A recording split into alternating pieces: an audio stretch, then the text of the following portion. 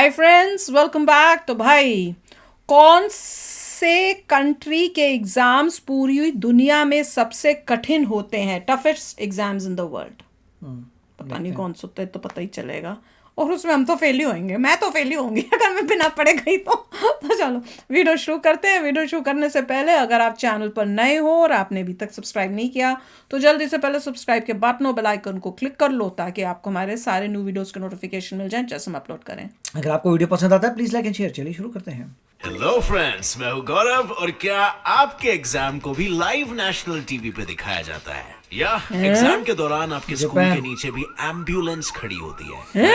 अगर आप चाइना से हो तो ये सब होता होगा। चाइना में होने वाले गाओकाओ एग्जाम दुनिया के टफेस्ट एग्जाम्स में से एक है, लेकिन वो एग्जाम कम और नेशनल इवेंट ज्यादा लगते हैं, जिसके लिए प्रिपेयर करते वक्त बच्चे लिटरली ग्लूकोज की बोतलें चढ़ा के दिन रात पढ़ाई करते हैं। और क्या ये एग्जाम असल में इतना डिफिकल्ट है कि बच्चे इस हद तक चले जाते हैं? वेल, ये तो हम आज जानेंगे ही, लेकिन उससे पहले मैं आपको ये भी बता दूं कि इस लिस्ट में इंडिया के भी कई टेस्ट शामिल हैं, जैसे कि आईआईटी का एंट्रेंस एग्जाम यानी कि जेईई, जिसके लिए हर साल 10 लाख से भी ज्यादा स्टूडेंट्स अप्लाई करते हैं, लेकिन आईआईटी में सिलेक्ट होते हैं सिर्फ 1% से भी कम लोग। बट गाओकाओ या जेईई दुनिया की सबसे टफेस्ट एग्जाम फिर भी नहीं है। So फ्रेंड्स, क्या लगता है आपको कौन सी एग्जाम ऑफिशियली वर्ल्ड की टफेस्ट एग्जाम है? और अगर आपने यूपीएससी कहा तो नहीं, यूपीएससी इज ऑन नंबर 2। पहले पे कौन है?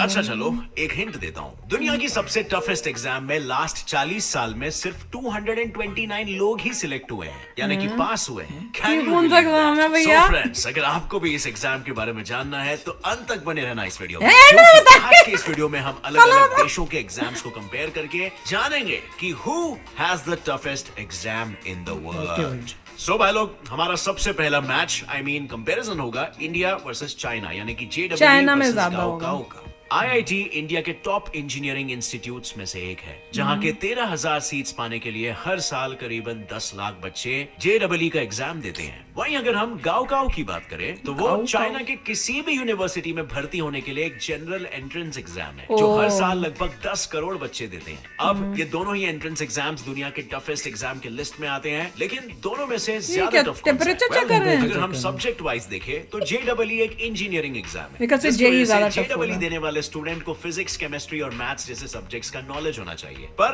गाओकाओ में स्कोप ज्यादा है, यानी इसमें साइंस ऑप्शनल है। तुम उसके बदले में वो सब्जेक्ट्स भी ले सकते हो जिस फील्ड में तुम्हें जाना है, और लैंग्वेजेस का पेपर और एसेज लिखना तो कंपलसरी है, और फिर चाहे तुम साइंस ले लो या दूसरे सब्जेक्ट्स। पर ये दोनों भी एग्जाम का डिफिकल्टी लेवल एक जैसा ही है, और इसीलिए तो बच्चों को इन एग्जाम्स में पास करवाने के लिए पूरे का पूरा शहर डेडिकेटेड हो जाता है। जी हाँ, मैं बात कर रहा हूँ कोटा शहर की, जिसे हम जेईई का ट्रेनिंग हब भी कहते हैं। यहाँ जेईई के लिए प्रिपेयर करने वाले बच्चों को कोचिंग क्लासेस, हॉस्टल्स, पीजी सब कुछ मिल जाएगा, जिसकी वजह से इस पूरे शहर का एनुअल टर्नओवर होता है करीब 1500 करोड़। और कोटा की तरह चाइना में भी एक ऐसा सिमिलर शहर है जहाँ हर साल बच्चे गाओकाओ की ट्रेनिंग के लिए आते हैं। इस शहर का नाम है माओ टनचांग, जिसका एनुअल टर्नओवर भी सैकड़ों करोड़ों में है। लेकिन इतनी ट्रेनिंग के बावजूद भी आईआईटी में सिर्फ उन्हीं बच्चों को लिया जाता है जिनकी ऑल इंडिया रैंकिंग 5000 से 12000 के बीच में हो। और अगर तुम पास होके भी आईआईटी में नहीं जा पाए, तुम्हारा रिजल्ट डिसाइड नहीं करता,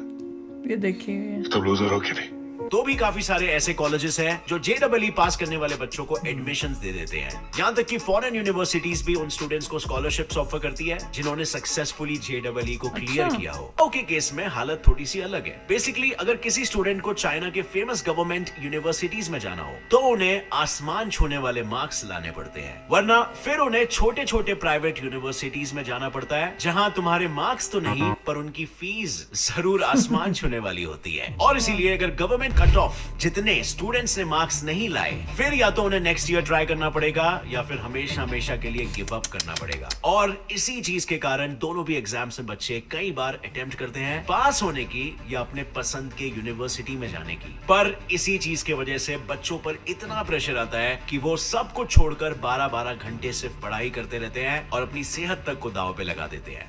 अब 2012 में आए हुए इस वीडियो को देख लो, जहां गाओकाओ के लिए पढ़ते वक्त बच्चे आईवी इंट्रावीनल इंसुलिन लगाकर पढ़ रहे हैं। और ऋषि को कई दिखाना cases है में यार। तो बार-बार अटेम्प्ट करने के बाद भी अगर गलत बच्चे चीज़ होता फेल हो जाते हैं या एग्जाम में कम स्कोर करते हैं तो वो सीधा सुसाइड करने की भी सोच लेते हैं। एम्बुलेंस सर्विस जैसा रहती है। 2014 में गांव में कम मार्क्स आने के कारण एक 18 साल के स्टूडेंट ने किया, उसने खुद की जान ले ली। और इंजीनियरिंग या JEE के लिए पढ़ने वाले स्टूडेंट्स की कहानियां तो हम हमेशा ही पढ़ते रहते हैं, जो आपको न्यूज पोर्टल ही बेहतर बता देंगे। अब फ्रेंड्स, ये सब सुनने के बाद भी अगर आप जानना चाहते हो कि JEE या गांव में से ज्यादा टफ एग्जाम कौन सा है, JEE। तो वेल अभी नहीं, मैं थोड़ी अरे देर में JEE। बताऊंगा। लेकिन उससे पहले बात करते हैं इंडिया वर्सेस यूके यानी कि क्लैट या फिर CLAT वर्सेस NLAT की। नाम भी रिंग के सेम एक रहते तरफ हैं। इंडिया की ओर से क्लैट, ठीक है। जो इतना टफ है कि इसके थ्रू तुम्हें इंडिया के बड़े बड़े लॉ कॉलेजेस में अच्छा, एडमिशन law का। यूं चुटकियों में मिल जाएगा। लेकिन लेकिन लेकिन हमारे मैच के दूसरे खिलाड़ी को कम मत समझना, क्योंकि यूके के NLAT को ये पास क्या? करने ये से भी law का ही है? यूके के साथ साथ दुनिया भर के 9 बड़े बड़े लॉ यूनिवर्सिटीज में भी एडमिशन मिल सकता अच्छा, है। दुनिया वो की। ये मैच तो शुरू ही इस नोट पे हुआ कि NLAT का पलड़ा ज्यादा भारी नजर आ रहा है, पर क्या टफर- इंडिया नहीं, का नहीं, तुम्हारे क्लैट भाई थमासा पलट टफ देगा? और CLAT होगा। NLAT के अंडर ग्रेजुएट पेपर में आते हैं पूरे 40 क्वेश्चंस और पोस्ट ग्रेजुएट पेपर में आते हैं 30 क्वेश्चंस, जिसके लिए लिखने का टाइम ड्यूरेशन मिलेगा बस सिर्फ 45 मिनट्स। पर इसी पर CLAT नहीं रुका, अब उसने इस मैच में लाया है नेगेटिव मार्किंग। अरे, हर गलत वो तो- आंसर के लिए कटेंगे वो सबसे 0.25 बड़ा। मार्क्स, तो आपके पॉइंट 25 मार्क्स कटेंगे। और वेल, इसी के साथ ये तो चलो प्रूव हो गया कि हु इज टफर, लेकिन फ्यूचर में शायद CLAT NLAT से फिर एक बार कम्पीट करेगा और तब जीतेगा भी, क्योंकि अभी एग्जाम को और कॉम्प्लिकेटेड बनाया जा रहा है, जिसके लिए CLAT complex reading ability, understanding of reading और लॉजिकल रीजनिंग पर ज्यादा फोकस बेचारे देंगे, बच्चे। मैथ्स पर कम फोकस देने वाला है। यानी अब सिर्फ रट्टू तोता बनकर कोई पास नहीं होगा, यहाँ पर लॉजिक को भी अप्लाई करना आना चाहिए।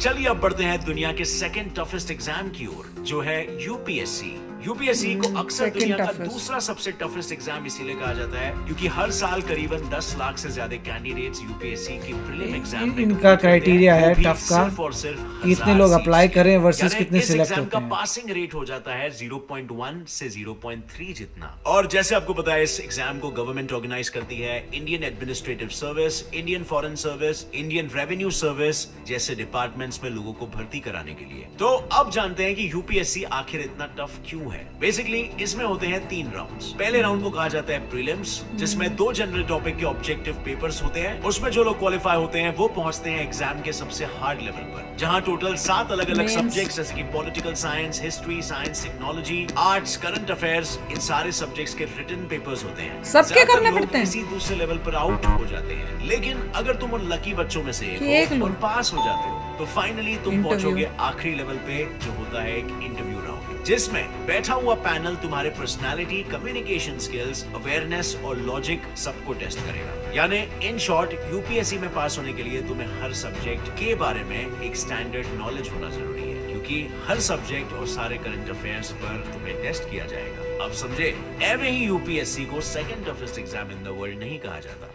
और अब फ्रेंड्स, आ चुकी है वो घड़ी जिसका आप सभी को बेसब्री नंबर से 1 इंतजार मेरे ख्याल से था। चाइना तो का चलिए होगा। जानते हैं दुनिया का सबसे टफेस्ट दूसरे एग्जाम तो बेचारे कौन सा ड्रिप है। लगा रहे हैं। वो है मास्टर सोमेलियर डिप्लोमा एग्जाम। लेकिन एक है। मिनट भाई, आखिर ये किस चिड़िया का वही नाम तो है? यार। बेसिकली दुनिया की ये सबसे टफेस्ट एग्जाम देकर पीने का तुम होता है। बन जाओगे एक वाइन एक्सपर्ट। वाह। वेल, सच्ची। और इस एग्जाम वाइन को दरअसल पिछले 40 साल पहले यूके में शुरू किया गया था। UK और इस एग्जाम को इंट्रोड्यूस करने के पीछे का रीजन ये था कि इससे वाइन सर्विस और फूड सर्विस इंप्रूव होगी। लेकिन आज तक इन 40 लोग सालों पिक्कड़ में सिर्फ बनेंगे, जो कर रहे हैं। 229 लोग ही पास हो पाए हैं, और मोस्टली कैंडिडेट्स 5 से 6 अटेम्प्ट्स करते हैं, जिसके बाद वो भी हाथ छोड़ लेते हैं कि भाई हमसे ना हो पाई। पर आखिर वाइन टेस्टिंग करने में इतनी भी कौन सी खास बात है? सिर्फ ग्लास को थोड़ा सा गोल वही घुमाओ, तो करते वाइन हैं। को सूंघो और फिर मस्त गार्गल करके मुझे तो पी इतनी लो। गंदी लगती है। जैसा दिसता तसा नसता। यानी ये जितना सिंपल दिख रहा है उतना सिंपल है नहीं। इसमें तुम्हें सिर्फ वाइन ही नहीं पीनी पड़ती है, बल्कि इस एग्जाम के 3 राउंड्स होते हैं जो ऑलमोस्ट 3 सालों तक चलते हैं। और इसका पहला राउंड होता है थियरी का, जिसमें आपको अलग अलग वाइन्स की हिस्ट्री, ज्योग्राफी, सिविक्स सब लिखना पड़ता है। वाह। और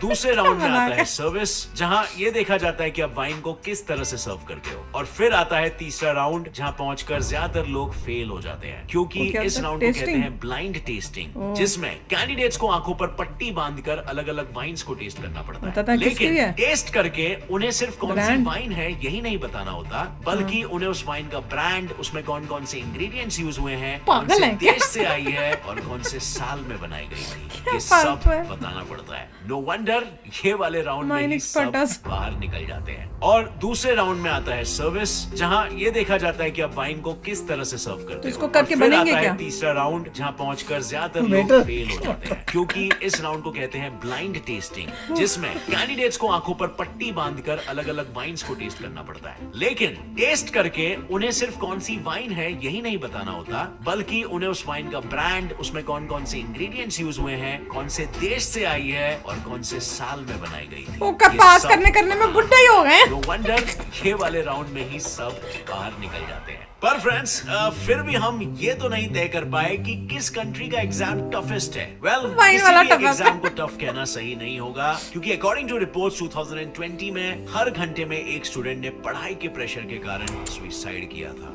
हर घंटे में एक जन ने। कंपटीशन इतना हो गया। लेते हैं लोग इतना प्रेशर, क्योंकि सोसाइटी, फैमिली, स्कूल्स बच्चों पर उतना प्रेशर डालते हैं। एक कांस्टेंट कंपटीशन चालू होता है, एक रेस शुरू रहती है, जिसमें बच्चों को घोड़ों की तरह बस भागते रहना है। अच्छे स्कोर्स लाओ, अच्छे रैंक्स लाओ, अच्छे कॉलेजेस में जाओ, लेकिन इस सब के दौरान ये भी तो ध्यान देना चाहिए कि भाई बच्चा यार वीडियो तो मजेदार था, और खासकर जो लास्ट में वाइन वाला बताया कि इतना टफ है वो है, वो तो सुन के बड़ा ही हो रहा था। नहीं देखिए, अगर आपकी डेफिनेशन क्या टफेस्ट की, उस पर सारी प्रॉब्लम थी। आपकी डेफिनेशन क्या है, कितने पास होते हैं। अगर आप टफेस्ट कह रहे हैं कि कितने लोगों ने अप्लाई किया वर्सेस में कितने से चूज हुए, तो वो कोई टफेस्ट का क्राइटेरिया नहीं है। पहली बात तो ये, वहाँ पे आप ये देख रहे हैं किस कंट्रीज में मैक्सिमम पॉपुलेशन है, राइट। वो इंडिया चाइना आ गई, मैक्सिमम पॉपुलेशन, और अपॉर्चुनिटीज़ कितनी कम है। अगर आपके सीटें ही बहुत कम है और पॉपुलेशन बहुत ज़्यादा है, तो ऑब्वियसली आप चूज़ ही बहुत कर सकते हो, वो आपकी लिमिट है।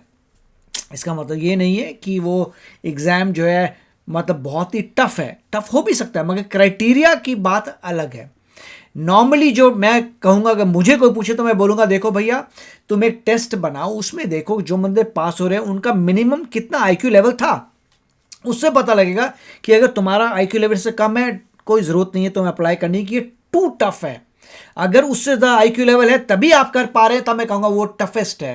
तो हर एक का अपना क्राइटेरिया है, पर ये नहीं कह सकते कि कितने लोग अप्लाई में से कितने पास हो रहे हैं, बिकॉज डिपेंड करेगा पॉपुलेशन पे और आपके पास कितनी सीटें अवेलेबल हैं। पर जो चाइना का बताया तो oh my God, that was just amazing, क्योंकि उनकी पॉपुलेशन एक समय पे हमसे भी ज्यादा थी। नहीं कि वो ड्रिप पे लगा के उसके लिए पढ़ रहे हैं, नीचे एम्बुलेंस खड़ी हुई है, मतलब। और सच्ची बताऊं, चाइना में जो मुझे लग रहा है बहुत प्रेशर डाला जाता है बच्चों का। मैंने यूएसए में भी यही देख रही हूँ कि चाइनीज बच्चों पे बहुत प्रेशर है। ऋषि तो हमें बोलता है ना कि वो बोलता है कि आई नो, वो कई बार बोलेगा कि आई नो इंडियन पेरेंट्स जो होते हैं वो ऐसे ही होते हैं, you are also typical Indian parent.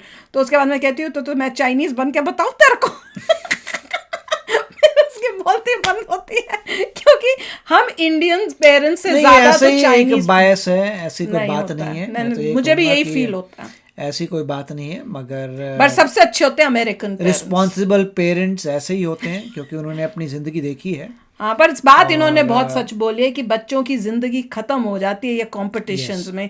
हमारी काफी हुई थी, अब हम आगे के बच्चों को देखते हैं उनकी और वो इसलिए होती है क्योंकि बच्चे वो चीज करें जिसमें वो इंटरेस्टेड नहीं है। ये भी बात है, वही जो बच्चा इंटरेस्टेड होगा उसको कोई प्रॉब्लम नहीं होगी, उसको तो मजा ही आएगा। जो बच्चा, इसीलिए जो है मोदी जी ने अच्छा करिकुलम चेंज किया कि सभी करना पड़ेगा बॉस, सिर्फ पीसीएम, फिजिक्स, केमिस्ट्री, मैथ नहीं होगा, आपको और चीजें भी करें, उससे वैरायटी आएगी, बच्चा और चीजों में अच्छे कर लेगा, उसको पता चल जाएगा कि मेरे को ये चीजें पसंद है।